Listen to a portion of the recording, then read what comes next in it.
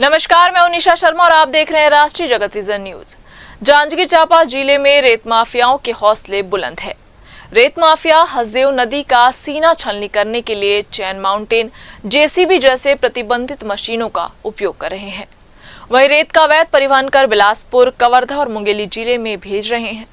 इतना ही नहीं, नदी किनारे गांव के मैदान में धड़ल्ले से हजारों ट्रक रेत डंप कर रहा है।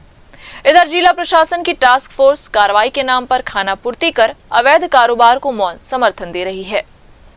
यह है जांजगीर चांपा जिला के जीवनदायिनी हसदेव नदी। इस नदी में प्रचुर मात्रा में रेत है, लेकिन इस रेत से सरकार को राजस्व का लाभ मिलने के बजाय भारी नुकसान उठाना पड़ता है और रेत माफिया नदी का सीना छलनी कर रेत का अवैध उत्खनन और परिवहन कर रहे हैं।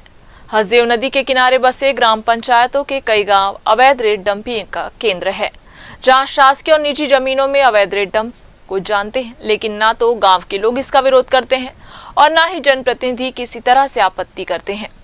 इस अवैध कारोबार में सब एक दूसरे को मौन समर्थन देते हैं। विपक्ष अपनी भूमिका निभा रहा है, परंतु सत्ता पक्ष के दबाव इतना है कि नदियों के घाटों का नीलामी होने के बाद चूंकि उनके लोग चला रहे हैं, एक नंबर पर नहीं ला रहे हैं, 2 नंबर पे ज्यादा इनकम है क्योंकि उनके कार्यकर्ता चला रहे हैं। जिला प्रशासन, खनिज अधिकारी के संरक्षण पे सब हो रहा है और गाड़ियां भी पकड़ा जाती है तो बोलते हैं भाई हम महीनों नहीं छोड़ेंगे, परंतु पता नहीं किस नेता का जब फोन आता है तो एक ही हफ्ता में छूट जाता है। जो मेरी व्यक्ति है, छोटा व्यक्ति है, उसके महीनों लग गए हैं, छोड़ा नहीं जाता।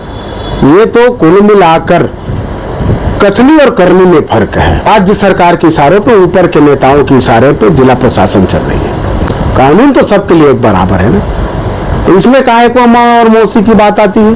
सबके लिए बराबर कानून रहे ना भाई। कई बार स्थानीय स्तर पर जो रेत के विषय है उस पर मैंने कहा है, परंतु मैं हार गया।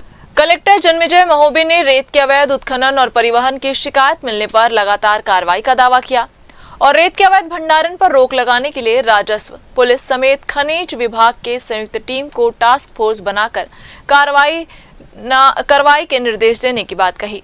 इसके साथ ही डंप रेत को फिर से नदी में डालने के निर्देश दिए हैं। रेत का अवैध उत्खनन में लगभग 1 वर्षों से, लगभग 10 महीने से इतनी कार्रवाई हुई है और बड़ी कार्रवाई हुई है। न केवल माइनिंग डिपार्टमेंट के माध्यम से गाड़ी आसानी से छूटती नहीं है, गाड़ी में फाइन मैक्सिमम वो किया जाता है, इम्पोज किया जाता है और रेत उनको वापस नहीं दी जाती है। रेत को हम वापस नदी में डालते हैं। अभी आप लोगों ने मुझे बताया कि कहीं पीथमपुर या कहाँ पर रखी हुई है, नवापारा में, तो वहाँ भी हम नदी में उसको ट्रांसफर करवाएं। माइनिंग डिपार्टमेंट को बोल दिए हम वापस डलवाएंगे।